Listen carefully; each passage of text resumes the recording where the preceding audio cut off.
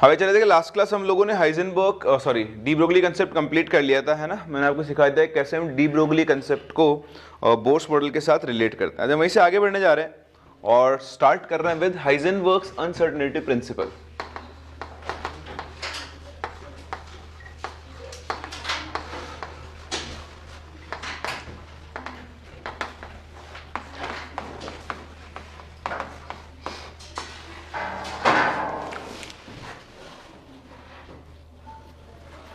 क्या हो गया एकदम से? नहीं, इसमें तो 7 बजे का उठा हुआ, अब लग रहा है नींद आ रही। खैर चलिए, हाइजेनबर्ग्स अनसर्टेनिटी प्रिंसिपल क्या कहता है देखें। इसका स्टेटमेंट लिख लो पहले तो आप कि according to this principal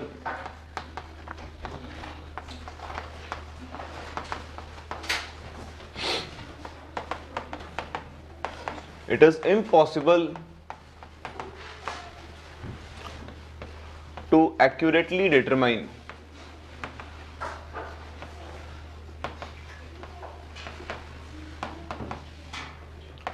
the position and momentum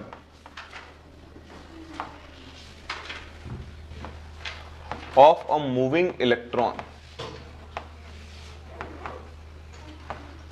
at the same time.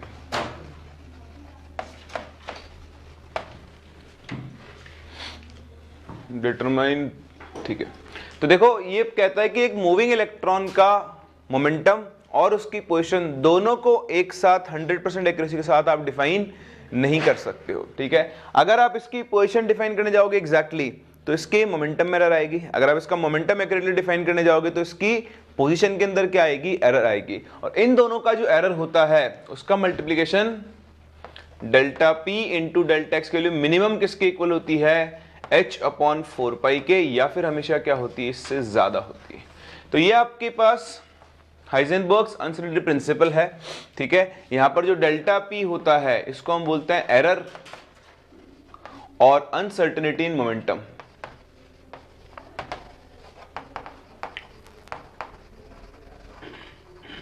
And similarly delta x जो है ये क्या होता है? एरर और अनसर्टेनिटी इन पोजीशन।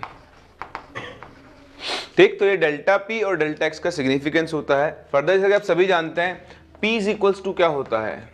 m into v. तो यहां से आप डेल्टा पी के लिए निकाल लो तो मास तो चेंज होगा नहीं, क्या बन जाएगा? m delta. तो इसको आप यहां पे रख दो तो अल्टीमेटली आपको delta x into delta we में रिलेशन मिल जाएगा विच इज h/4πm, ठीक है। तो बहुत सिंपल से क्वेश्चन होते हैं। हम यहाँ पे लिमिटिंग कंडीशन में खेलते हैं मिनिमम वैल्यू पर। Delta x into delta we की मिनिमम वैल्यू किसकी इक्वल होगी? h/4πm। कभी कभी आपको h क्रॉस भी लिखा हुआ मिलता है, h क्रॉस की वैल्यू होती है h/2π के इक्वल, ठीक। तो इसी इक्वेशन को आप इस फॉर्म में भी लिख सकते हो कि delta x into delta we should be greater than h cross upon 2m।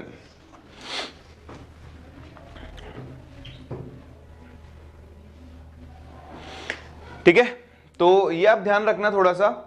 ये आपके पास हाइजेनबर्ग्स अनसर्टेनिटी प्रिंसिपल है। क्वेश्चन की लैंग्वेज को आपको उठाना चाहिए, आना चाहिए। इसमें कई तरह की लैंग्वेज बोली जाती है। जैसे मैं आपसे बोलूं कि एक पार्टिकल है whose velocity is accurate up to 2%। इसका मतलब क्या है कि वेलोसिटी जो है वो 2% एक्यूरेट है, 2% कम भी हो सकती है, 2% ज्यादा भी। तो जो 2% है ये क्या है? उसकी अनसर्टेनिटी है। क्या है? मान लो इसकी वेलोसिटी है 10⁻³ मीटर्स पर सेकेंड। तो बताओ इसकी वेलोसिटी में अनसर्टेनिटी कितनी होगी? Delta v will be equal to 2/100 of 10⁻³ बोलो, समझ में आ रहा है? यानी 20 मीटर्स पर सेकेंड ऊपर नीचे होगा। इसकी वेलोसिटी 1020 मीटर पर सेकंड भी हो सकती है और 980 मीटर पर सेकंड भी हो सकती है। तो इसके अंदर एरर है। कई बार वो ऐसी लैंग्वेज बोल देता है कि वेलोसिटी वही 10⁻³ मीटर्स पर सेकंड है which is accurate up to 99%। अब आप इसको एरर मत ले लेना, ठीक है। लैंग्वेज सेम है, हाँ 2% है 99%। आप खुद सोचो, अगर आप बहुत बड़ी कैटेगरी वाले नहीं हो, है ना, बहुत बड़े वाले नहीं हो, तो आप किसी चीज को नापने जाओ तो क्या 99% एरर करके आओगे? नहीं कर सकते ना, पॉसिबल नहीं, practically 99% error is not possible. That means यहां पर जो एरर होगी वो कितनी होगी, 1% होगी। तो बताओ यहां डेल्टा वी के लिए कितनी मिलेगी, 1000 का 1% यानी 10, ठीक है ना। तो प्रैक्टिकली 99% एरर पॉसिबल नहीं होती है, ठीक है। इसलिए हम बोलते हैं कि दोनों ही लैंग्वेज सेम है, लेकिन जो अमाउंट है उसके हिसाब से आप क्या कर सकते हो, यहां पर डिसाइड कर सकते हो, ठीक है। कई बार आपसे बोलेगा एक पार्टिकल है, उसकी वेलोसिटी 500 प्लस माइनस 0.5 मीटर पर सेकेंड, तो आपको दिख रहा है ये 500 से 0.5 ज्यादा भी हो सकती है और 0.5, तो बताओ इसमें एरर कौन है, 0.5। तो डेल्टा वी की वैल्यू कितनी हो जाएगी, 0.5। फिर से आपको बोलेगा कि पोजीशन में एरर बताओ, तो डेल्टा वी के लिए यहां रख देना, यहां से आप डेल्टा एक्स की वैल्यू कैलकुलेट कर सकते हो दोनों को इक्वेट करके। बोलो बात समझ में आती है। ऐसे क्वेश्चंस आपने फिजिक्स में भी किए हुए होंगे, ठीक है, दोनों जगह काम में आते हैं। ये तो बात हुई हाइजेनबर्ग्स अनसर्टेनिटी प्रिंसिपल क्या होता है। अब इसका सिग्निफिकेंस क्या है, बोर्स मॉडल इसको फॉलो क्यों नहीं करता है, इसको हम बोर्स से कैसे रिलेट करेंगे वो आप समझो, वो अपने यहाँ पे काम की चीज है। तो अगर आप ध्यान दें, अकॉर्डिंग टू बोहर, हमारे जो बोहर भाई साहब थे उन्होंने ये कहा था कि न्यूक्लियस है, न्यूक्लियस से अगर आप 0.529 एंगस्ट्रॉम डिस्टेंस पर जाओ तो आपको फर्स्ट शेल मिलता है। याद है रेडियस ऑफ फर्स्ट शेल क्या होता है, रेडियस का formula 0.529 into n square by z. तो अगर हाइड्रोजन एटम के फर्स्ट शेल में चले जाओ तो उसकी रेडियस 0.529 एंगस्ट्रॉम होगी। यानी इसने कहा कि न्यूक्लियस से इतने डिस्टेंस पर एक सर्कुलर पाथ है जिसको हम के शेल या फिर फर्स्ट शेल बोलते हैं, और इस फर्स्ट शेल में आपको इस डिस्टेंस पर इलेक्ट्रॉन मिल जाएगा। क्या हो जाएगा, मिल जाएगा। इसके बाद आया हाइजेनबर्ग, उसने कहा नहीं बोर, तुमने बहुत गलत बोला, तुमको ऐसा नहीं बोलना चाहिए था, तुमको ऐसा बोलना चाहिए था। देन अकॉर्डिंग टू हाइजेनबर्ग, अब आप ये समझो, उसने कहा कि न्यूक्लियस है, बिल्कुल सही बात है, और एक डिस्टेंस है जो कि कितनी है 0.529 एंगस्ट्रॉम, और यहां पर एक रीजन क्रिएट हो रहा है जिसे आप फर्स्ट शेल कह रहे हो, है ना, considering it is a sphere है मान लो ये, तो ये रीजन फॉर्म हो रहा है, इसे हम के शेल बोल रहे हैं। तो हाइजेनबर्ग ने कहा कि बोर तुमको ये नहीं बोलना चाहिए था, तुमको ऐसा बोलना चाहिए था कि ये न्यूक्लियस है, यहां से 0.529 एंगस्ट्रॉम का जो रीजन बन रहा है, इस पूरे रीजन में इलेक्ट्रॉन कहीं पर भी मिल सकता है, मिलेगा, आप नहीं बोलोगे। आप न्यूक्लियस के चारों तरफ मिलने की, सिर्फ इलेक्ट्रॉन मिलने की सिर्फ क्या बता सकते हो, probability. You are uncertain, Heisenberg's uncertainty principle. आप ये बोलो इस पॉइंट पे इलेक्ट्रॉन मिलेगा, तो ये गलत है। यहां इलेक्ट्रॉन मिल भी सकता है और आप सर्टन नहीं हो कि इलेक्ट्रॉन मिलेगा ही मिलेगा, लेकिन हाँ ये पक्का है कि यहां से लेकर यहां तक ये जो पूरा रीजन है, इस रीजन में कहीं ना कहीं तो इलेक्ट्रॉन जरूर मिलेगा। यहीं पर इलेक्ट्रॉन मिलने के चांसेस क्या है, सबसे ज्यादा है। इस रीजन को हम लोग क्या बोलते हैं, फर्स्ट शेल। क्या बोलते हैं? ऐसे ही फिर अगला शेल शुरू होगा, सेकंड शेल, वहां इलेक्ट्रॉन मिलने के चांसेस होंगे। बीच में एक गैप आएगा जो कि क्या काम करता है, नोड की तरह काम करता है। किसकी तरह काम करता है तो अपन देख लेंगे, बट हाल फिलहाल क्या आपको ये बात समझ में आती है? बस यही हाइजेनबर्ग प्रिंसिपल है। So according to Heisenberg we can only define और calculate the probability of finding electrons around the nucleus। तो हम न्यूक्लियस के चारों तरफ इलेक्ट्रॉन मिलने की सिर्फ क्या बता सकते हैं, प्रोबेबिलिटी। और यहीं से एक और टर्म डिफाइन किया जा सकता है, इसे हम बोलते हैं ऑर्बिटल। ऑर्बिटल्स क्या होते हैं?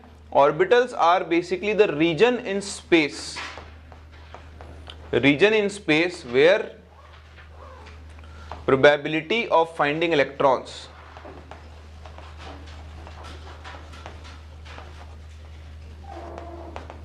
is maximum। तो 3 डायमेंशनल स्पेस में वो जगह, वो रीजन जहां इलेक्ट्रॉन मिलने के चांसेस सबसे ज्यादा है, उन्हीं को हम लोग क्या बोलते हैं, ऑर्बिटल्स। जैसे आप जानते हो एस ऑर्बिटल्स, बताओ एस ऑर्बिटल्स की शेप कैसी होती है, स्फेरिकल। तो ये न्यूक्लियस, ये एस ऑर्बिटल। तो न्यूक्लियस से आप किसी डायरेक्शन में चले जाओ, चारों तरफ इलेक्ट्रॉन मिलने के चांसेस यहां पर क्या होते हैं, सेम एस ऑर्बिटल के अंदर, ठीक। जैसे मान लो ये 1s ऑर्बिटल है, अब मैं 2s ऑर्बिटल ड्रॉ करूं, तो देखो 2s ऑर्बिटल में क्या होगा, इस वाले रीजन में इलेक्ट्रॉन मिलेगा, ठीक है, तो इस रीजन में इलेक्ट्रॉन मिलने के चांसेस हैं। फिर इसके बाद क्या होगा, एक खाली जगह आएगी जहां इलेक्ट्रॉन नहीं मिलेगा, उसके बाद फिर से रीजन शुरू होगा, और अब इस पूरे रीजन में भी इलेक्ट्रॉन मिलने के चांसेस हैं।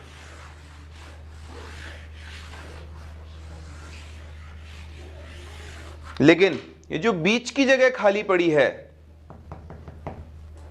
यहां पर कोई electron, no electron will be found, और ऐसी जगह को हम बोलते हैं नोड्स। क्या बोलते हैं? आई होप इनऑर्गेनिक में आप ये सब चीजें सीख चुके हो, ठीक है। ऐसे मतलब पी ऑर्बिटल की बात करता हूं, पी ऑर्बिटल, तो पी ऑर्बिटल में क्या होती है, पी ऑर्बिटल की शेप होती है डंबल, यानी न्यूक्लियस के चारों तरफ दो रीजन बनते हैं, या तो इलेक्ट्रॉन इधर मिलेगा या फिर इलेक्ट्रॉन इधर मिलेगा, इधर जाओ इलेक्ट्रॉन नहीं मिलेगा, इधर जाओ इलेक्ट्रॉन। तो ऑर्बिटल्स की शेप ऐसे ही डिफाइन की गई है, न्यूक्लियस के चारों तरफ वो रीजन जहां इलेक्ट्रॉन मिलने के चांसेस हैं, वो किसको रिप्रेजेंट करते हैं, एक ऑर्बिटल को रिप्रेजेंट करते हैं। तो यहाँ पास पी ऑर्बिटल है, ऐसे जब आप डी ऑर्बिटल को ड्रॉ करते हो तो डी ऑर्बिटल में 4 लोब्स बनती हैं, तो न्यूक्लियस के चारों तरफ इन लोब्स के अलोंग इलेक्ट्रॉन मिलेंगे, और किसी रीजन में चले जाओ आपको इलेक्ट्रॉन्स यहाँ पर नहीं मिलेंगे। पी ऑर्बिटल में आप देखें, जैसे ये नाम देता हूँ इसको px देता हूँ, तो अगर ये px है, ये एक्स एक्सिस के अलोंग हुई लूप्स, तो जो yz प्लेन है वो इसके लिए किसकी तरह काम कर रहा होगा, नोडल प्लेन की तरह। किसकी तरह? इसी तरह ये मान लो dxy है, तो dxy के लिए xy प्लेन और xz प्लेन और yz प्लेन दोनों किसकी तरह काम कर रहे होंगे, नोडल प्लेन की तरह काम कर रहे होंगे। वो लोग कर सकते हैं। चलिए, तो बस यही था आपका हाइजेनबर्ग प्रिंसिपल। बोहर ने बोला इलेक्ट्रॉन मिलेगा, हाइजेनबर्ग ने बोला इलेक्ट्रॉन मिल सकता है, और यही हाइजेनबर्ग्स अनसर्टेनिटी प्रिंसिपल है। और इसीलिए इसने बोहर को गलत प्रूफ किया कि भाई बोहर ने तो बता ही दिया था। देखो आपको याद होगा, बोहर ने देखो पोजीशन बता दी और फर्स्ट शेल में वेलोसिटी बताई थी 2.188 × 10⁶, तो उसने पोजीशन भी बता दी, वेलोसिटी बता दी, तो वो तो हाइजेनबर्ग्स प्रिंसिपल को फॉलो कर ही नहीं रहा है। अब दोनों में से कोई एक ही सही है, और ये तो जग जाहिर है कि कौन सही है, हाइजेनबर्ग बिल्कुल सही है, इसलिए बोहर का मॉडल हम डिस्कार्ड कर सकते हैं। और अब हम एक नया मॉडल इंट्रोड्यूस करने जा रहे हैं, जिसको हम बोलते हैं क्वांटम मैकेनिकल मॉडल, ठीक है। उससे पहले आपको आइडिया होना चाहिए थोड़ा बहुत क्वांटम नंबर्स के बारे में, तो आइडिया तो आपको होगा ही, बट एक बार क्विक रिव्यू ले लेते हैं, कॉपी करें आप इसे, फिर बात करते हैं क्वांटम नंबर्स की।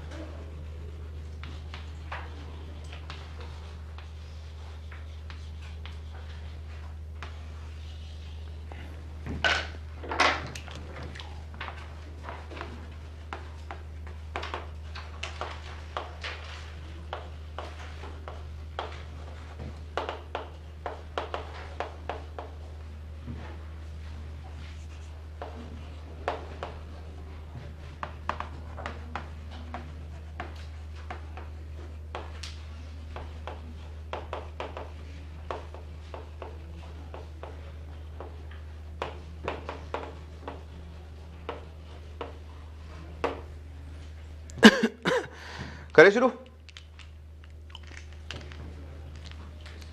देखिए क्वांटम नंबर्स क्या होते हैं, ये एक सेट ऑफ नंबर है जो एक एटम के अंदर इलेक्ट्रॉन की लोकेशन की इंफॉर्मेशन देते हैं, मतलब एटम में भी इलेक्ट्रॉन कहां प्रेजेंट होगा उसको कौन बताता है, क्वांटम नंबर, ठीक है। तो 4 क्वांटम नंबर्स होते हैं, इसमें पहला होता है प्रिंसिपल क्वांटम नंबर, अभी मैं यूज करेंगे ना तब समझ में आ जाएगा आपको। तो पहला होता है प्रिंसिपल क्वांटम नंबर, जिसे आप n से डिनोट करते हो, ठीक। ये n किसको बताता है, ये रिप्रेजेंट करता है एक एनर्जी शेल को,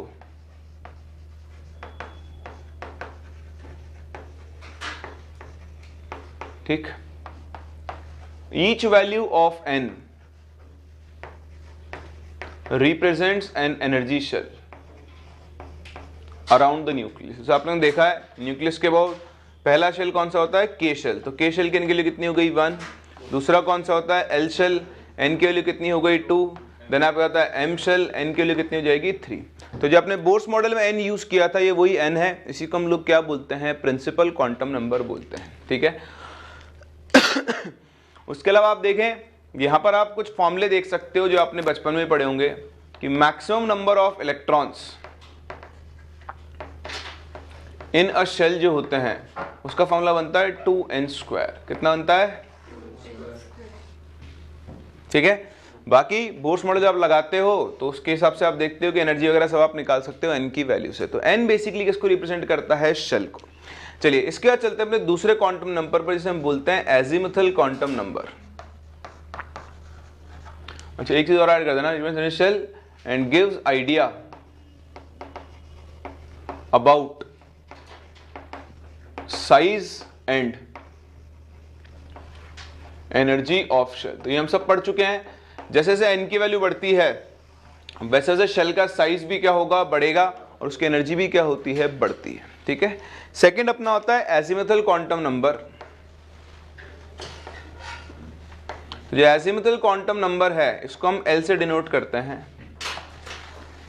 ये क्या करता है? It represents a subshell in a shell और सबशेल इन अ शेल। ठीक है। तो एक शेल में कितने सबशेल हैं उसको कौन रिप्रेजेंट करता है? L। L की हर वैल्यू एक सबशेल को दिखाती है। ठीक। दूसरी चीज, फॉर ये भी आप जानते तो होंगे, for a given value of n there are n values of L ranging from 0 to n-1।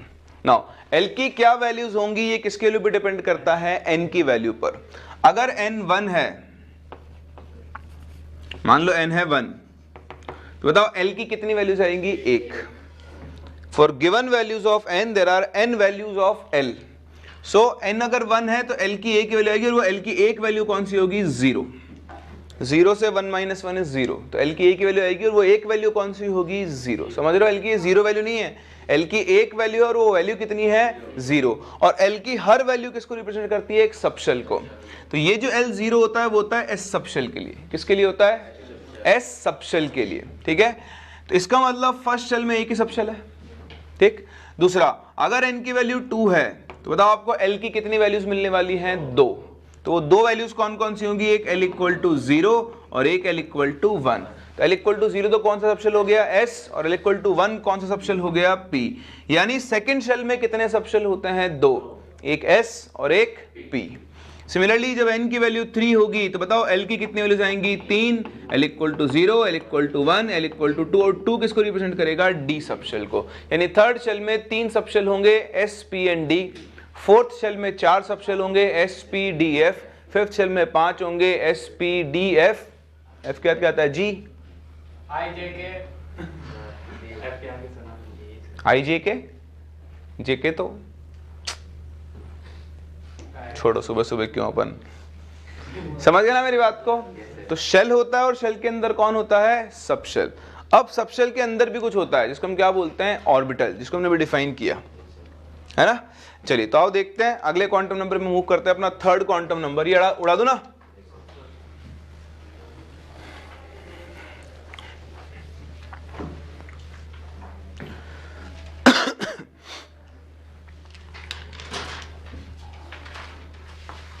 देखिए थर्ड क्वांटम नंबर आपका क्या होता है? इसे हम बोलते हैं मैग्नेटिक क्वांटम नंबर।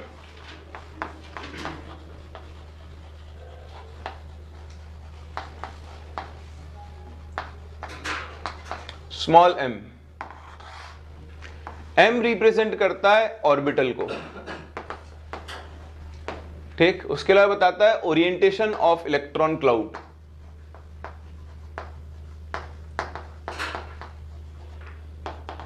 इन 3 डायमेंशनल स्पेस। तो 3D स्पेस में इलेक्ट्रॉन क्लाउड के ओरिएंटेशन को कौन बताता है? मैग्नेटिक क्वांटम नंबर बताता है। ध्यान से देखें, for a given value of L, for a given value of L, there are 12 plus 1 values of M, which ranges from minus L2 plus L। तो L की हर गिवन वैल्यू के लिए आपको M की टोटल इतनी वैल्यूज मिलेंगी और M की हर वैल्यू आपको क्या बताएगी, एक ऑर्बिटल। दैट मीन्स ये चीज आपको क्या दे रही है, नंबर ऑफ ऑर्बिटल्स। क्या दे रही है, इसका मतलब एक गिवन शेल में कितने ऑर्बिटल होंगे, 2L प्लस 1। कितने होंगे, सॉरी शेल में नहीं, सब शेल में। एक गिवन सब शेल में कितने ऑर्बिटल होंगे, 2L प्लस 1। तो देखो S सब शेल था तो L के लिए 0 रखो, बताओ उसमें कितने ऑर्बिटल होंगे, 2 इंटू 0 प्लस 1 यानी 1।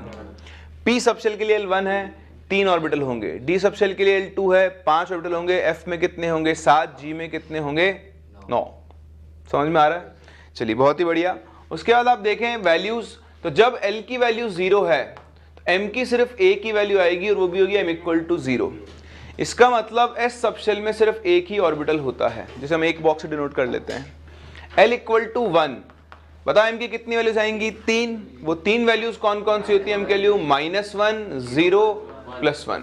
इसलिए P सब शेल में 3 ऑर्बिटल होते हैं, एक Px, एक Py और एक Pz। इनके लिए M की वैल्यूज का कोई ऑर्डर नहीं है, ये +-1 कुछ भी हो सकता है, ये +-1 कुछ भी हो सकता है, ये 0 हो सकता है। लेकिन हाँ, अगर एक +1 हो गया तो दूसरा क्या होगा, -1 ही होगा। समझ पा रहे हैं मेरी बात को? तो ध्यान देना, Px, Py, Pz ऑर्बिटल्स हैं, तीनों एक साथ बोला जाए तो क्या है, P सब शेल है। डिफरेंस समझ लेना, P सब शेल और P ऑर्बिटल में क्या डिफरेंस है, P ऑर्बिटल एक डब्बा है और P सब शेल ओवरऑल कितने डब्बे हैं, 3 डब्बे हैं। बोलो बात समझ में आ रही है? इसी तरह जब L की वैल्यू 2 होगी तो आपको M की कितनी वैल्यूज मिलेगी, 5।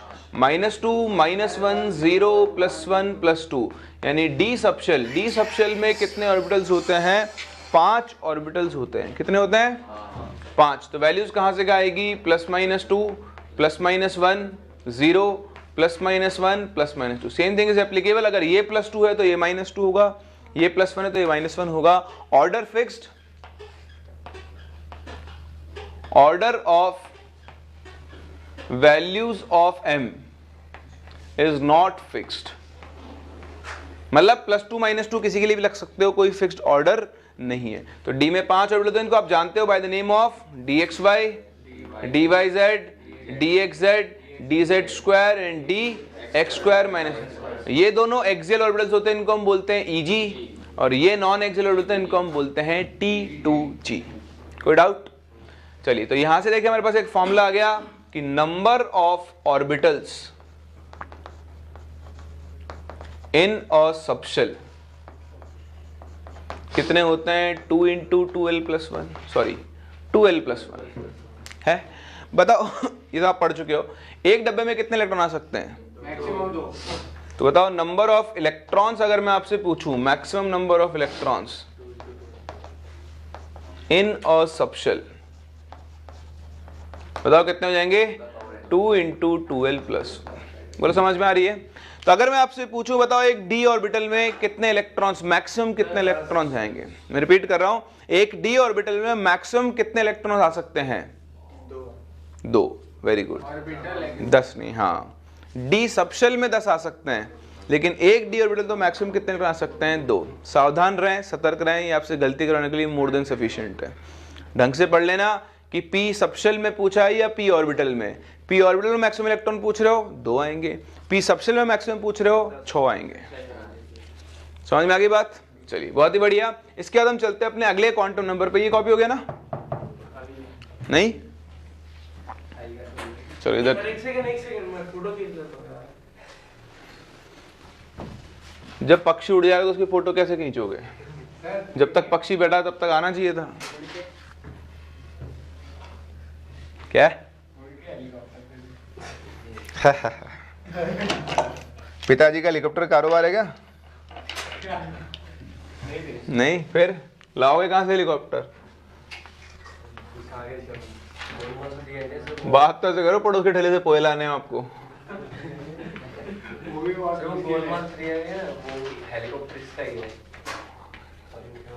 हेलीकॉप्टर इसका है, वो स्पेशल इफेक्ट डाल के वो खिलौने वाला बड़ा कर दिया होगा है बचपन का। बचपन में हेलीकॉप्टर उड़ाया आपने?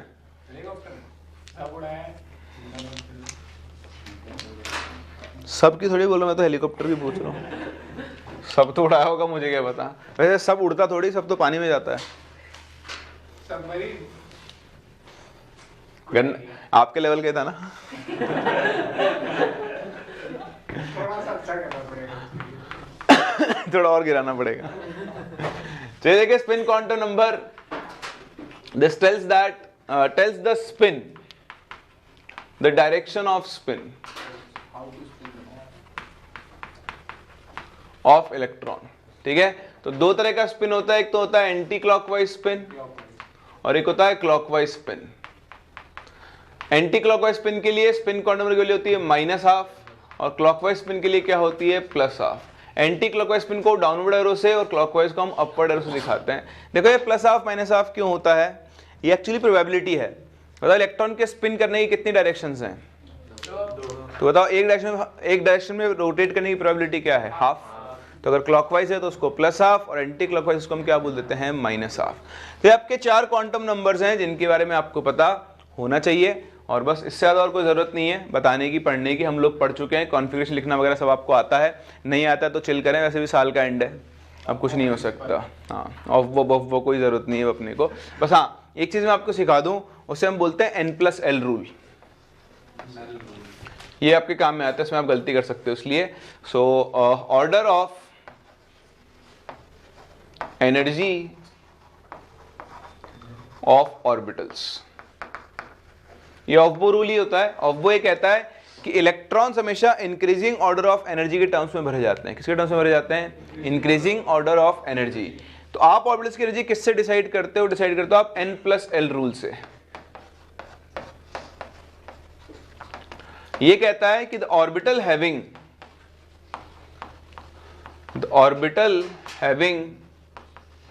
Higher value of N+L will be at higher energy.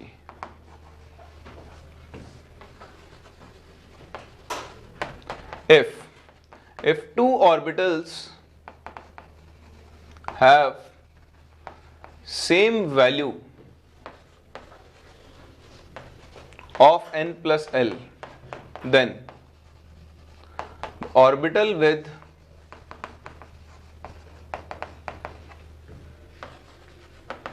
higher value of N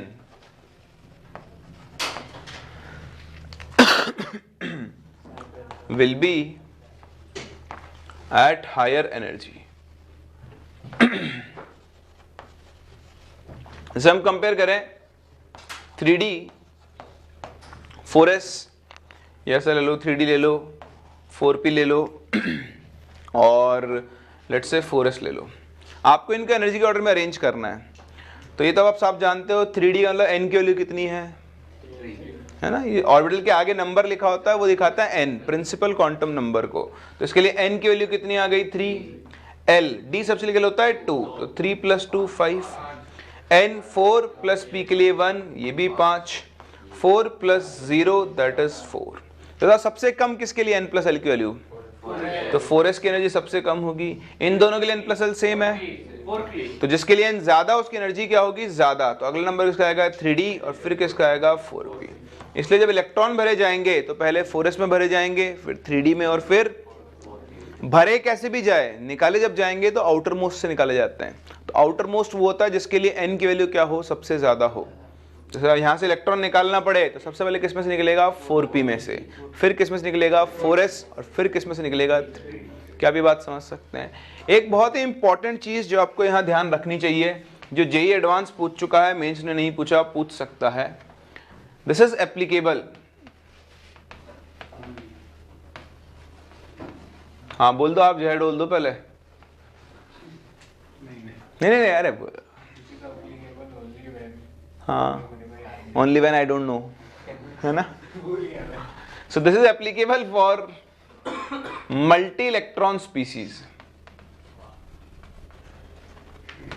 मतलब हाइड्रोजन को छोड़कर बाकी सबके लिए, शुद्ध वर्ड शब्दों में कहा जाए तो हाइड्रोजन को छोड़ दो तो बाकी सबके लिए एप्लीकेबल है।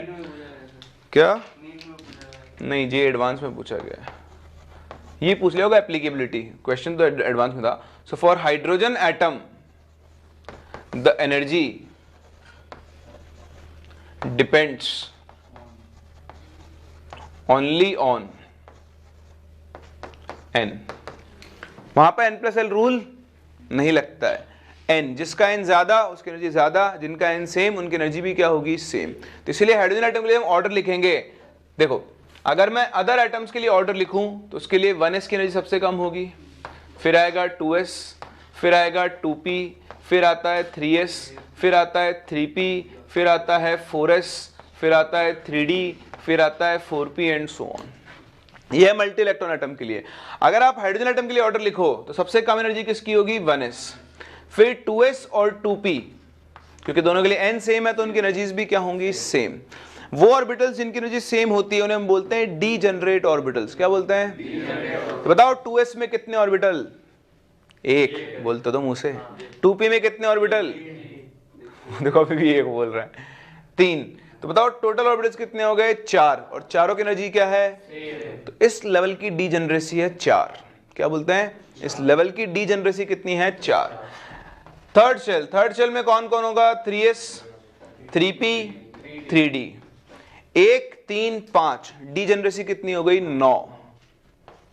4s, 4p, 4d, 4f, सबकी एनर्जी क्या होगी, सेम। 1, 3, 5, 7, 16, इसकी डीजेनरेसी कितनी होगी, 16 होगी। बोलो समझ सकते हैं, 16, 7, 5, 12, 4, 16, हाँ ठीक। ऑड नंबर का स्क्वायर 16 है ना, ये ऑड नंबर का समझना पहले जाए। अच्छा तो 16 आएगा हमेशा, 4 तक का सम, और जब भी जितना n रहेगा उतना, मतलब 7 तक का सम 7। नहीं जैसे 7 पहले ऑड नंबर थे तो उनका स्क्वायर उनका सम 49। अच्छा ऐसे आ रहा होगा, सही है, वेरी गुड, अच्छी चीज सिखाई है आपने, काम में लेंगे आगे। ये तो समझ में नहीं आया, आगे कॉपी कर लो।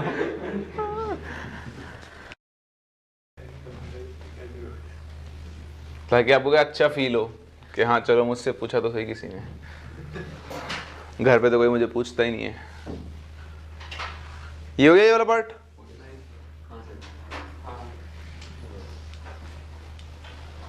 अब ये लिख लो आराम से जिसको लिखना हो।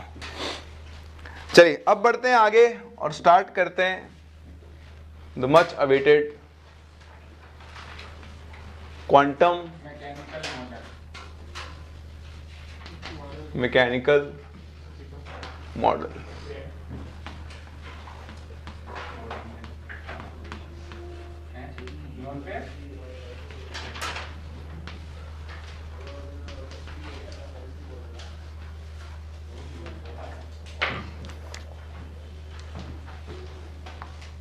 कौन गया,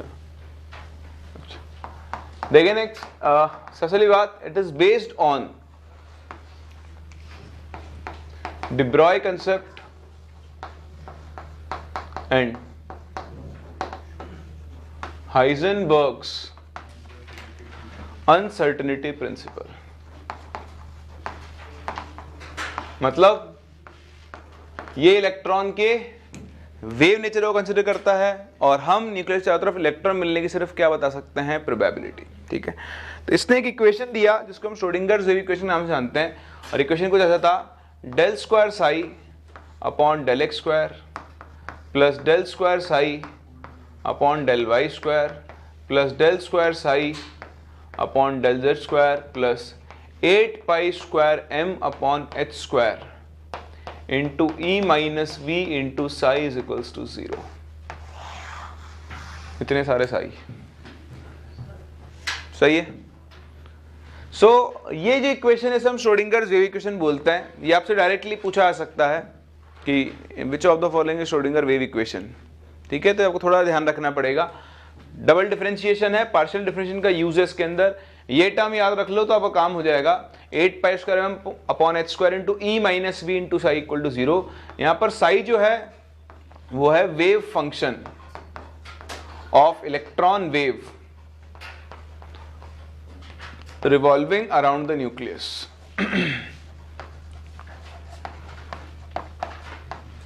ठीक है, तो हर एक ऑर्बिटल के लिए वेव फंक्शन अलग अलग आता है। E यहां पर क्या है, E is total energy of electron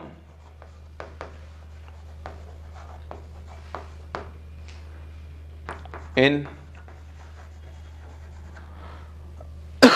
given shell या फिर ऑर्बिट ले लो, और V क्या होती है, पोटेंशियल एनर्जी ऑफ इलेक्ट्रॉन। ठीक है, ये टर्म्स है और इनका सिग्निफिकेंस है।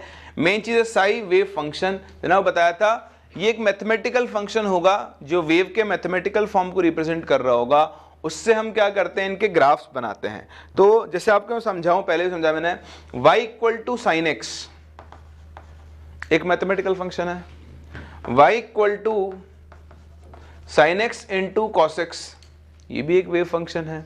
ठीक है, मतलब आपके ग्राफ्स बनाओगे तो आपको साइनसोइडल वेव्स और इस तरह के अलग अलग वेव्स मिलेगी। जैसे ये वाला ग्राफ आपको ऐसे मिलता है, तो ये वेव फंक्शन और ये उसका ग्राफ है। ऐसे ये एक वेव फंक्शन है, उसका क्या होगा, अपना एक कुछ ना कोई ग्राफ होगा। तो ऐसे ही यहाँ पर साई का एक मैथमेटिकल फंक्शन आएगा और उसको अगर हम कोऑर्डिनेट्स के साथ प्लॉट करें तो आपको क्या मिलेगा, एक ग्राफ मिलेगा। ठीक है, तो साई का सिग्निफिकेंस आपको पता होना चाहिए कि ये वेव फंक्शन है और ये इलेक्ट्रॉन वेव को दिखाता है। उसके अलावा it also gives amplitude of electron wave, वो भी आप देख लोगे कैसे दिखाता है। ठीक है, दूसरा इसका रिप्रेजेंटेशन होता है साई एनएलएम। ठीक, तो कई बार आपको वैसे कभी यूज नहीं किया गया पर कर सकता है, मैं लिख दूं साई 310। बताओ ये कौन सा ऑर्बिटल का वेव फंक्शन है, तो ये हमेशा इसी ऑर्डर में होगा। इसका मतलब इसके लिए n कितना है 3, L कितना है 1 और m कितना है 0। 3 1 यानी ये 3p ऑर्बिटल का वेव फंक्शन है। साई 412, n की वैल्यू 4, L की वैल्यू 1, 4p ऑर्बिटल का वेव फंक्शन है। समझ पा रहा मेरी बात को? चलिए उसके अलावा जब आपका वेव फंक्शन होता है साई, इसके दो पार्ट्स होते हैं, एक होता है रेडियल पार्ट और दूसरा होता है एंगुलर पार्ट। अच्छा एक चीज और मैं आपको बता दूं, यहां पे आप लिख लेना इसको भी, कि quantum numbers n, l and m are derived from Schrodinger's wave equation, but spin quantum number is theoretical. तो principal quantum number, azimuthal quantum number, magnetic quantum number इस इक्वेशन के कांस्टेंट्स हैं, लेकिन स्पिन क्वांटम नंबर सिर्फ theoretical है, उसका कोई मतलब प्रूफ नहीं है, उसको कहीं से डिराइव नहीं किया गया है ना। तो ये छोटी छोटी चीजें जो आपसे पूछी जा सकती है। तो वेव फंक्शन के दो पार्ट होते हैं, एक रेडियल पार्ट है साई आर या फिर आप आर आर के नाम से भी जानते हो, दूसरा होता है एंगुलर पार्ट जिसको हम साई थीटा कॉमा फाई के नाम से जानते हैं। ठीक, तो अगर आपको समझ में नहीं आया तो ज़्यादा लोड मत लेना, बस आपको देखते हो चलो साथ। अब क्या होगा, इसके बाद सारी चीज़ें एक साथ लिंक होगी तो आपको बहुत अच्छे समझ में आएगा। थोड़ी देर पेशेंस रखें और वेट करें। रेडियल पार्ट क्या होता है, it depends on distance from nucleus. किस पे डिपेंड करता है, और ये किस पे डिपेंड करता है, depends on direction, that is angles from coordinate axis.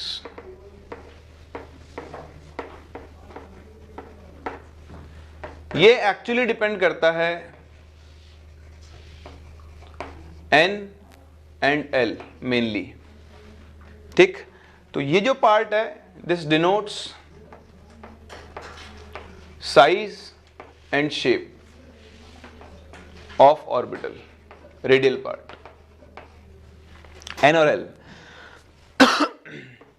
या रादर आप साइज एंड एनर्जी लिख लो उसमें, बस ये इसको दिखाएगा। वहीं पर ये वाला जो पार्ट है this depends on l and m, so denotes shape and orientation.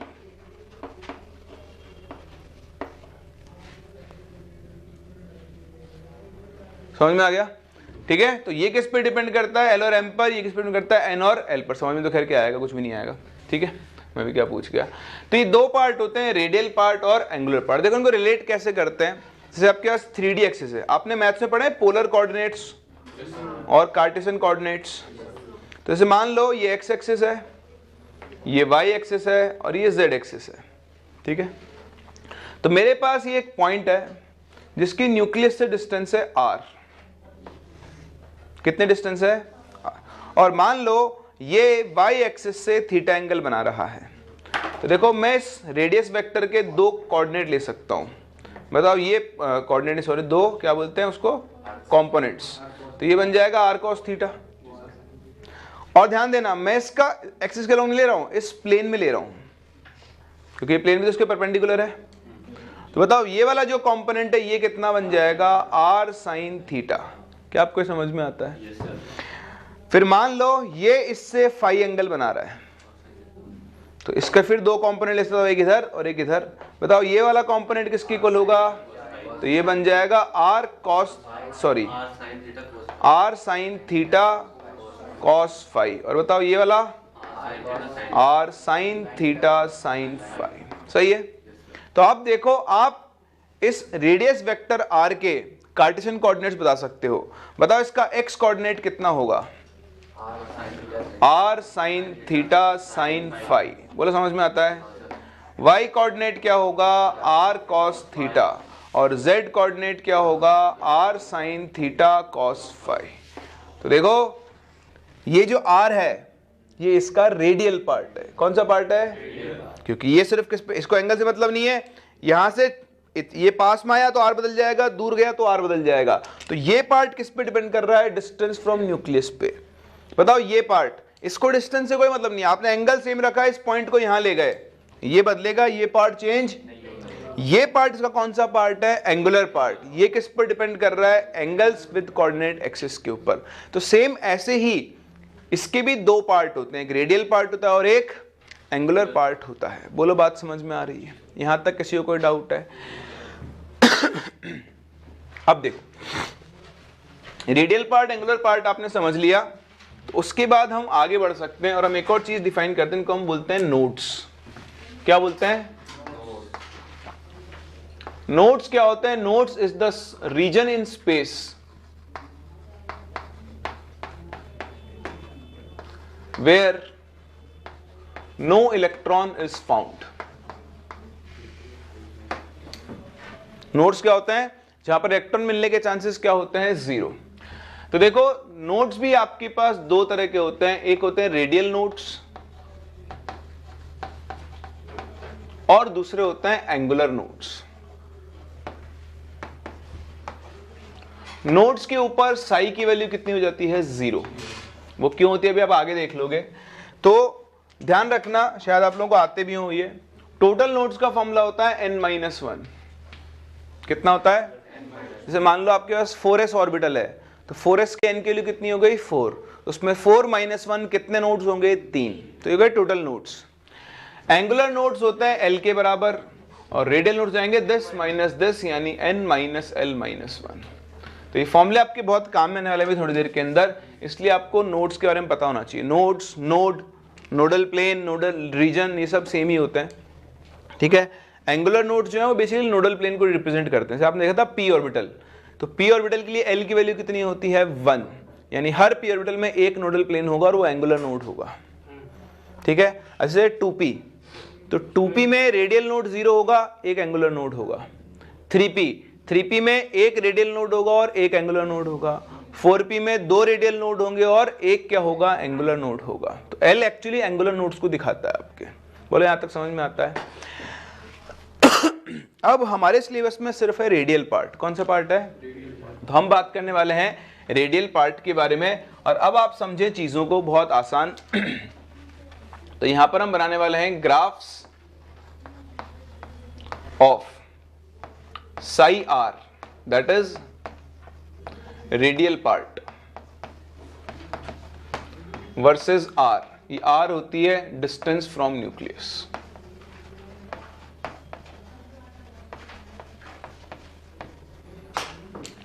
तो देखो हर एक ऑर्बिटल के लिए साई का अपना एक फंक्शन होता है जैसे हम किसी s ऑर्बिटल के लिए बात करें, s orbital 1s 2s 3s, तो उसके लिए फॉर्म बनता है कुछ ऐसा k into z upon a naught to the power 3/2 into e to the power -2r by z a naught. इस तरह का एक फंक्शन बनता है। p ऑर्बिटल के लिए और कॉम्प्लेक्स, d के लिए और ज़्यादा खतरनाक बनता जाएगा। तो ये जनरल फॉर्म होती है। अब आप देखो, हमें एंगुलर पार्ट से कोई लेना देना नहीं है, हम सिर्फ किससे बात कर रहे हैं, रेडियल पार्ट से। बताओ इस इक्वेशन में अगर मैं r की वैल्यू 0 पुट करूं, बताओ साई s की वैल्यू 0 आएगी या नॉन जीरो? नॉन जीरो आएगी। ठीक है, तो यहां से आप एक चीज समझना, अब आपको सिर्फ चीजें सीखनी है, लिंक करते हुए चलना है। हम किसी भी s ऑर्बिटल का ग्राफ बनाएंगे, क्या करेंगे, किसी भी s ऑर्बिटल का ग्राफ बनाएंगे तो वो कभी भी ओरिजिन से शुरू, क्यों? क्योंकि ओरिजिन पर उसके लिए साई की यानी वेव फंक्शन के लिए 0 नहीं आ रही है। ठीक है, तो हम ग्राफ बनाते हैं, ध्यान से देखना। मैं ग्राफ बना रहा हूं सबसे पहले 1s ऑर्बिटल का, तो ये है साई r और ये है r। ठीक, 1s ऑर्बिटल के लिए ग्राफ बना रहा हूं, तो आप देखो हम गिनेंगे इनमें रेडियल नोड। क्या गिनेंगे? रेडियल नोड पर क्या होता है, साई की वैल्यू 0 हो जाती है। तो जब रेडियल नोड आएगा तो ग्राफ इस एक्सिस को कट कर रहा होगा। क्या कर रहा होगा? कट कर रहा होगा। बताओ 1s ऑर्बिटल में कितने रेडियल नोड्स हैं? n माइनस l माइनस 1 यानी 0। यानी s ऑर्बिटल का ग्राफ, 1s ऑर्बिटल का ग्राफ पहली बात तो ओरिजिन से शुरू नहीं होगा, और क्योंकि एक भी रेडियल नोड है कभी भी इस एक्सिस को कट, तो ये ग्राफ कुछ ऐसा बनता है। ठीक, ये किसका ग्राफ है? 1s ऑर्बिटल का। ठीक है ना। So graph of 1s orbital will not start from origin। ठीक है, चलो अब बनाते हैं 2s का। तो आपको कुछ नहीं करना, सिर्फ रेडियल नोड काउंट करने। बताओ 2s में कितने रेडियल नोड होंगे? So n minus l minus 1 that is 1। जितने रेडियल नोड, ये ग्राफ एक्सिस को उतनी बार क्या करेगा? कट करेगा। तो जब हम 2s ऑर्बिटल का ग्राफ बनाएंगे तो 2s ऑर्बिटल का ग्राफ कैसा बनेगा? देखो, पहली बात तो ओरिजिन से शुरू नहीं होगा। अब क्योंकि एक रेडियल नोड है, एक्सिस को एक बार कट करेगा। तो ये ग्राफ एक्सपेरिमेंटल होता है, ये आपको मेरे पे भरोसा रखना है, इसी नेचर के बनेंगे। ठीक है, पर बनाना बड़ा आसान है, भी आपको सब समझ में आता जाएगा, याद होता जाएगा, थोड़ी देर वेट करते जाओ। यहाँ पे देखो वेव फंक्शन पॉजिटिव है, यहां पर वेव फंक्शन कैसा है? नेगेटिव है। ठीक है, चलिए और आगे बढ़ते हैं, बात करते हैं 3s ऑर्बिटल की। कौन से ऑर्बिटल की बात कर रहे हैं? 3s। तो साई r वर्सेस r, यहां पर है 3s ऑर्बिटल। बताओ उसमें कितने रेडियल नोड आएंगे? 2। तो ग्राफ एक्सिस को कितनी बार कट करेगा? 2 बार। तो ये पॉजिटिव, नेगेटिव, पॉजिटिव। बताओ 4s बनेगा तो कितनी बार कट करेगा? 3 बार। 5s बनेगा तो कितनी बार कट करेगा? 4 बार। तो जितने रेडियल नोड, ग्राफ एक्सिस को क्या करेगा? उतनी ही बार कट करेगा। और चलते हैं p। s के अलावा सारे p ऑर्बिटल के ग्राफ ओरिजिन से शुरू होंगे। कहां से शुरू होंगे? ओरिजिन से शुरू होंगे। जैसे मान लो आपके पास है 2p ऑर्बिटल। ठीक, तो Sai r versus r, 2p। बताओ 2p में कितने रेडियल नोड्स? 0। तो ग्राफ शुरू होगा ओरिजिन से और एक्सिस को एक भी बार कट नहीं करेगा। ठीक, ये उड़ा दो।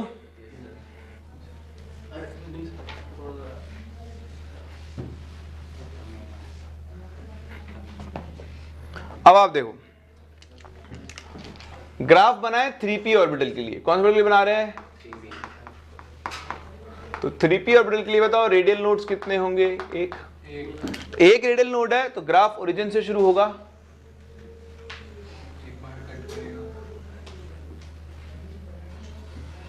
तो ये पॉजिटिव और ये नेगेटिव।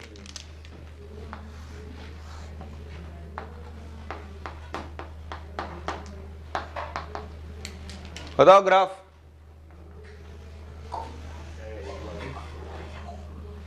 प्लस माइनस, ये प्लस माइनस प्लस क्या है? ये साइन ऑफ वेव फंक्शन है। क्या है? आपको याद होगा केमिकल बॉन्डिंग में हमने पढ़ा था कि एक p ऑर्बिटल है, इसके एक लोब को हम पॉजिटिव और एक को नेगेटिव लिखा करते हैं और बोलते थे कि इनके ऊपर चार्ज नहीं होते हैं। ये क्या होते हैं? वेव फंक्शन के साइन। एक क्वाड्रेंट में वेव फंक्शन पॉजिटिव है, एक में क्या है आपका नेगेटिव, एक पार्ट, क्वाड्रेंट नहीं बोलेंगे, एक पार्ट में पॉजिटिव और एक पार्ट में क्या है वो नेगेटिव है। ऐसे ही देखो डी ऑर्बिटल, अगर मैं डी ऑर्बिटल के लिए ग्राफ बनाऊं तो डी ऑर्बिटल का ग्राफ भी कहां से शुरू होगा, ओरिजिन से शुरू होगा, ठीक। तो आप चाहो तो अलग अलग बना सकते हो, एक साथ बना सकते हैं। 2p और 3d दोनों के ग्राफ का नेचर क्या होगा, सेम, या फिर 4f, सभी में रेडियल नोड्स कितने होते हैं, 0। 3p 4d 5f, सभी के रेडियल नोड्स 0 होंगे। 4p 5d 6f, इन सब में भी रेडियल नोड कितने होंगे, 2, 0 बोल दिया मैंने। तो जैसे रेडियल ग्राफ का नेचर सबका सेम होता है, ठीक है, ये पीक की डिस्टेंस बदलती जाएगी, उससे अपने को देना नहीं है। आप तो सिंपल ध्यान रखो, नोड्स काउंट करते चलो, ग्राफ बनाते चलो, जितने रेडियल नोड ग्राफ उतनी बार कट करेगा। सिर्फ एस ऑर्बिटल का ग्राफ ओरिजिन से शुरू नहीं होगा, बाकी सबके ग्राफ कहां से शुरू होंगे, ओरिजिन से शुरू होंगे। बोलो यहां तक समझ में आता है। पहले क्या किया जाता था, इस साई को बोला जाता था इलेक्ट्रॉन मिलने की प्रोबेबिलिटी, कि साई किसको डिनोट करता है, न्यूक्लियस के चारों तरफ इलेक्ट्रॉन मिलने की प्रोबेबिलिटी को। लेकिन देखो कई जगह पर साई का वेव साइन नेगेटिव हो रहा है, प्रोबेबिलिटी कभी भी नेगेटिव, इसलिए साई को फिर प्रोबेबिलिटी नहीं बोला गया। तो हमने एक और टर्म डिफाइन किया, that is called psi square. Psi square r, इसको हम बोलते हैं रेडियल प्रोबेबिलिटी डेंसिटी। क्या बोलते हैं, रेडियल प्रोबेबिलिटी डेंसिटी। ये आपको बताएगा probability of finding electron, probability of finding electron at a point at distance r from nucleus। ठीक है, एक साथ कॉपी कर लेना, एक बार देख लो। अब मैं ग्राफ बनाऊंगा psi square r versus r के। तो मैथ्स आप सभी को अच्छे से आती है, बताओ एक्स का ग्राफ है और एक्स स्क्वायर का ग्राफ बनाना है तो क्या डिफरेंस होगा, बस नेगेटिव वाले पार्ट को क्या कर दोगे, पॉजिटिव। तो अब हर रेडियल नोड पर ग्राफ एक्सिस को कट नहीं करेगा, टच करेगा। तो बताओ 1s का ग्राफ सेम, इसमें तो कोई नेगेटिव पार्ट था ही नहीं। बताओ 2s का ग्राफ, तो psi square r versus r, 2s का ग्राफ कैसा बनेगा, वो मैं चेक कर रहा था, आप ध्यान दे रहे हो नहीं दे रहे हो, वेरी गुड। पता ही है क्या, पता ही है, ये 2s का ग्राफ बन जाएगा। बताओ 3s का ग्राफ कैसा बनेगा, 2 बार टच करेगा।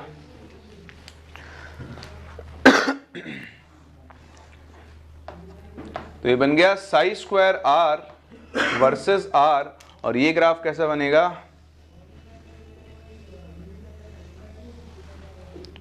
कुछ समझ में आ रहा है, कुछ दिखा आपको अलग, पीक की हाइट क्या हो गई है, कम हो गई है।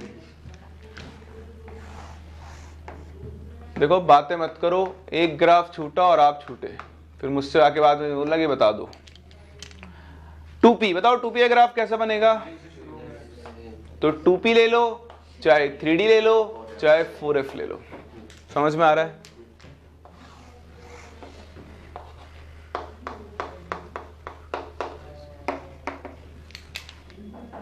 थ्री पी 4d 5f, सबके ग्राफ का नेचर क्या होगा, बताओ कितने रेडियल नोड आते हैं, एक ग्राफ कितने बार कट करेगा, सॉरी टच करेगा,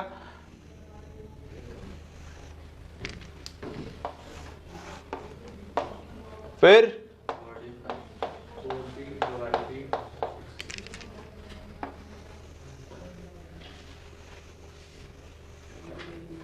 तो देखो यहां पर सक्सेसिव पीक्स की हाइट क्या होती जा रही है, डिक्रीज होती जा रही है, क्यों, हाँ, so successive peaks are decreasing as probability of finding electrons decreases with increase in distance। जैसे जैसे आप न्यूक्लियस से दूर जाते जाओगे इलेक्ट्रॉन मिलने की प्रोबेबिलिटी क्या होती जाएगी, कम, इसलिए सक्सेसिव पीक्स की हाइट क्या होती जा रही है, डिक्रीज होती जा रही है। बोलो समझ में आ रहा है, चलिए कॉपी करें इसको, फिर मूव करते हैं थर्ड पार्ट।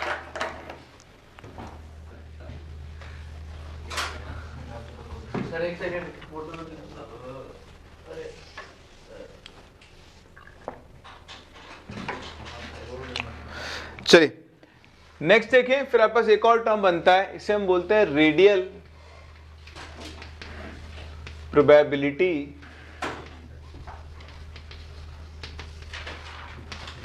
Distribution function.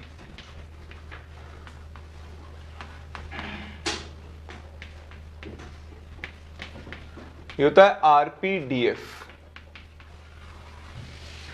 क्या होता है?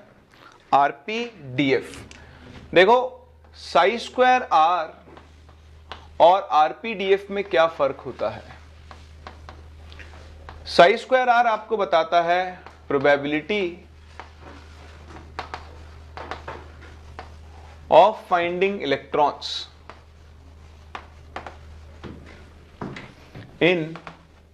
at a point at distance r from nucleus।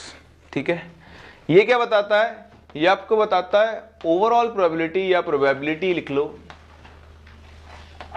So probability of finding electrons in a spherical region of radius r। तो r रेडियस का जो स्फेरिकल रीजन है उसमें इलेक्ट्रॉन मिलने की प्रोबेबिलिटी को बताता है। या उसका ऐसा बोल सकते हो यूनिट वॉल्यूम की, एक पॉइंट जो है ना, एक पॉइंट को यूनिट वॉल्यूम बोल सकते हैं हम। तो यूनिट वॉल्यूम पर इलेक्ट्रॉन मिलने की प्रोबेबिलिटी तो कौन बताता है? Sai square r।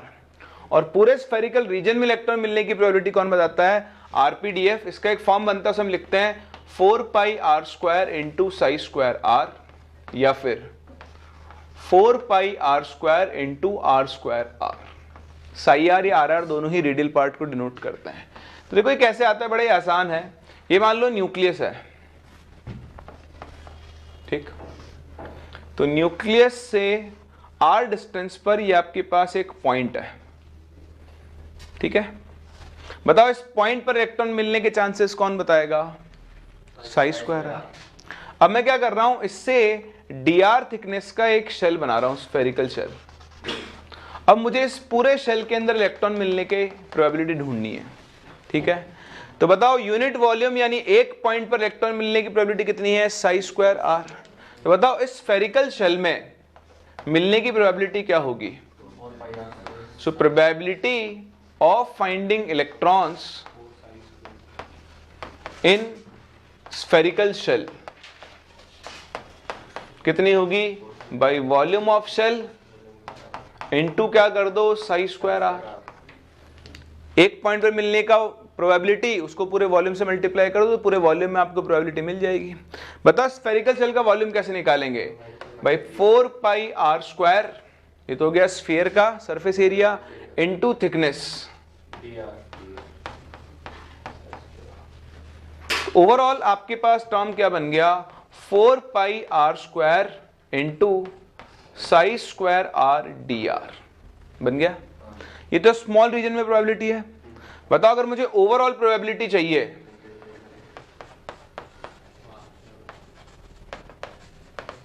तो हम इस इक्वेशन को इंटीग्रेट कर देंगे, 4 पाई r square into Sai square r dr। अब मेरी बात समझना, जब हम sin x का इंटीग्रेशन करते हैं x के रिस्पेक्ट में sin x dx लिखते हैं, बताओ फंक्शन कौन होता है? sin x या sin x dx? sin x। अगर मेरे पास e to the power x sin x dx है तो फंक्शन कौन है?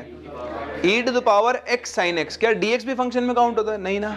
तो बताओ मैं इसको इंटीग्रेट कर रहा हूं तो यहाँ पे फंक्शन कौन है? तो इसी को हम लोग क्या बोलते हैं? RPDF। ये आपको बताएगा कि एक स्फेरिकल रीजन में इलेक्ट्रॉन मिलने की प्रोबेबिलिटी क्या है। न्यूक्लियस से r डिस्टेंस पर अगर आप एक स्फेरिकल रीजन बनाओ तो उसमें इलेक्ट्रॉन मिलने की क्या प्रोबेबिलिटी है, उसको कौन बताता है? 4 पाई r स्क्वायर r। तो टर्म्स के बीच में डिफरेंस पता होना चाहिए। ये एक पॉइंट पर प्रोबेबिलिटी को दिखाता है, जबकि ये एक पूरे रीजन में इलेक्ट्रॉन मिलने की प्रोबेबिलिटी को दिखाता है। अब हमें फिर से ग्राफ बनाने हैं, किसके? 4 पाई r स्क्वायर r और इंटरन्यूक्लियर डिस्टेंस r के। ग्राफ बड़े ही आसान है। अब आप देखो, इस पर तो डिपेंड कर ही रहा है, साथ में ये टर्म भी है। बताओ r के लिए 0 पुट करूंगा तो पूरा का पूरा टर्म क्या हो जाएगा? 0। इसका मतलब सारे ग्राफ कहां से शुरू होंगे? सो पहली चीज जो आपको समझनी है, all graphs of RPDF will start from origin है। तो देखो हमने कहा था नोड पर साई के लिए 0 होती है। आप देखो जब नोड आएगा तो इलेक्ट्रॉन मिलने के चांसेस 0 हो जाएंगे। इलेक्ट्रॉन मिलने के चांसेस 0, तो साई स्क्वायर आर की वैल्यू कितनी, साई स्क्वायर आर 0, तो बताओ साई आर की वैल्यू भी कितनी हो जाएगी, 0। ठीक, चलिए मैं ग्राफ अलग अलग नहीं बना रहा हूं, सारे ग्राफ एक साथ बना रहा हूं। तो वो सारे ऑर्बिटल जिनमें एक भी रेडियल नोड नहीं होता उन सबका ग्राफ सेम बनेगा, whether it is 1s, whether it is 2p, whether it is 3d और whether it is 4f। Nature सबका क्या बनने वाला है, सेम। ये जो आपको पॉइंट दिख रहा है ये बता रहा है इलेक्ट्रॉन मिलने की मैक्सिमम प्रोबेबिलिटी, इसको बोलते हैं आर मैक्स। क्या बोलते हैं, this is defined as distance from nucleus where probability of finding electrons is maximum। यानी ये ऑर्बिटल की डिस्टेंस बता रहा है। ऑर्बिटल क्या होता है, वो रीजन जहां इलेक्ट्रॉन मिलने की प्रोबेबिलिटी सबसे ज्यादा होती है उसे हम लोग क्या बोलते हैं, ऑर्बिटल। ठीक है, तो ये डिस्टेंस आर मैक्स है। अब आप देखो आपको एक नया वेरिएशन देखने को मिलेगा, सारे ऑर्बिटल जिनके अंदर 2 रेडियल नोड्स हैं उनके लिए ग्राफ एक्सिस को क्या करेगा, बार टच करेगा। तो देखो ग्राफ कैसा बनता है,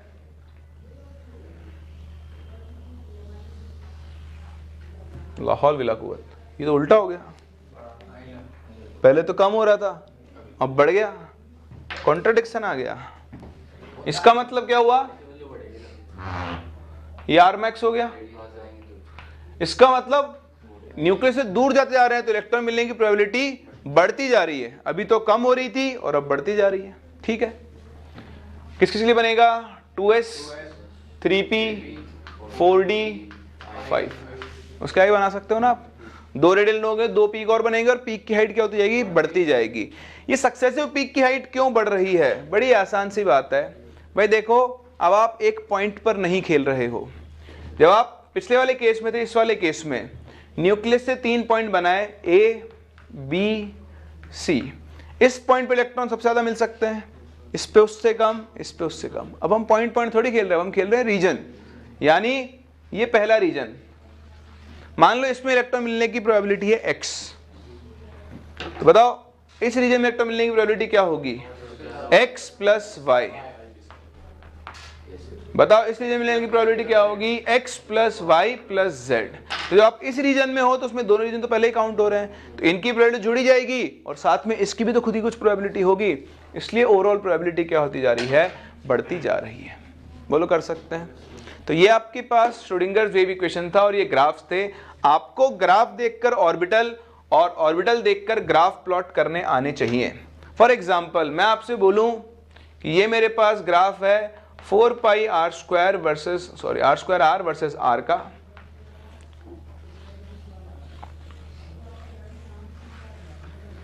बताओ इनमें से किस ऑर्बिटल के लिए ग्राफ हो सकता है,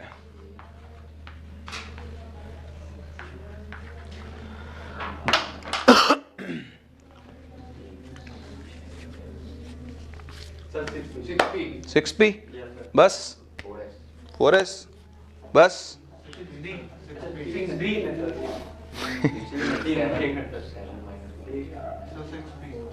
6p 4s नहीं, 4s और 6p दोनों। तो देखो कितने रेडियल नोड है, 1 2 3, तो जिसमें 3 रेडियल नोड होंगे वो सब इसके आंसर होंगे। n minus l minus 1, 4 minus 0 minus 1 3, ये आंसर है। 6 माइनस 2 माइनस 1 3, ये भी आंसर है। 7 माइनस 1 माइनस 1 5 नहीं है। 6 माइनस 1 माइनस 1 नहीं है। तो करेक्ट आंसर क्या होगा, 4s एंड 6d। बोलो कर सकते हैं। एक टाइप ऑफ क्वेश्चन तो ये बनते हैं। एक और टाइप ऑफ क्वेश्चन बनता है 5p होता तो आंसर होता।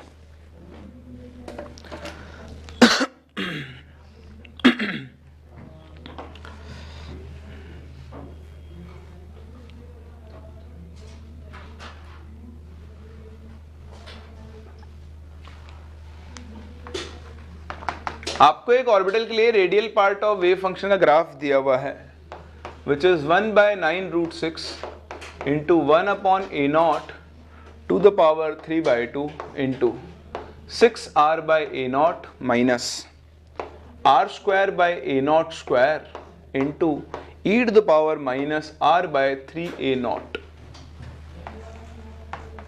Calculate the minimum and maximum distance of radial nodes from nucleus. तो एक ऑर्बिटल है, उसका वेव फंक्शन आपको दिया हुआ है और इसके लिए आपको न्यूक्लियस से रेडियल नोड्स की मिनिमम और मैक्सिमम डिस्टेंस निकालनी है। ये क्वेश्चन आपके सामने आ जाए तो इससे आसान क्वेश्चन और कोई नहीं है, अगर आप इस ग्राफ की मतलब इस इक्वेशन की फॉर्म को देखकर ना डरें तो। मैंने आपको सिखाया नोड वो पॉइंट होते हैं जहां पर साई की वैल्यू क्या हो जाती है 0। तो इसमें केमिस्ट्री नहीं है, सिर्फ मैथ्स है। इसको इक्वल टू 0 कर दो। देखो ये 0 नहीं हो सकता, कांस्टेंट टर्म है। ये 0 होगा इनफाइनाइट पर, इनफाइनाइट को और न्यूक्लियस को नोड काउंट, ठीक है। न्यूक्लियस से इनफाइनाइट के बीच में जितने पॉइंट जहां पर ये टच करेगा वो सब नोड्स होंगे। न्यूक्लियस को और इनफाइनाइट को नोड्स काउंट, तो बचा कौन 0 होने के लिए, ये टर्म। दो ही बार हो सकता है, 0 पे या फिर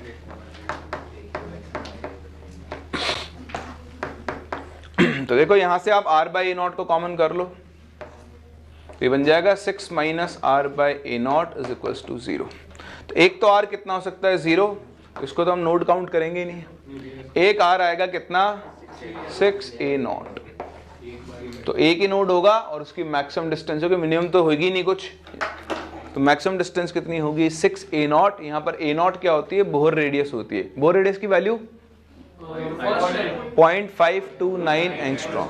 उस वैल्यू को यहाँ रख दो, आपको डिस्टेंस मिल जाएगी न्यूक्लियस। कर सकते हैं।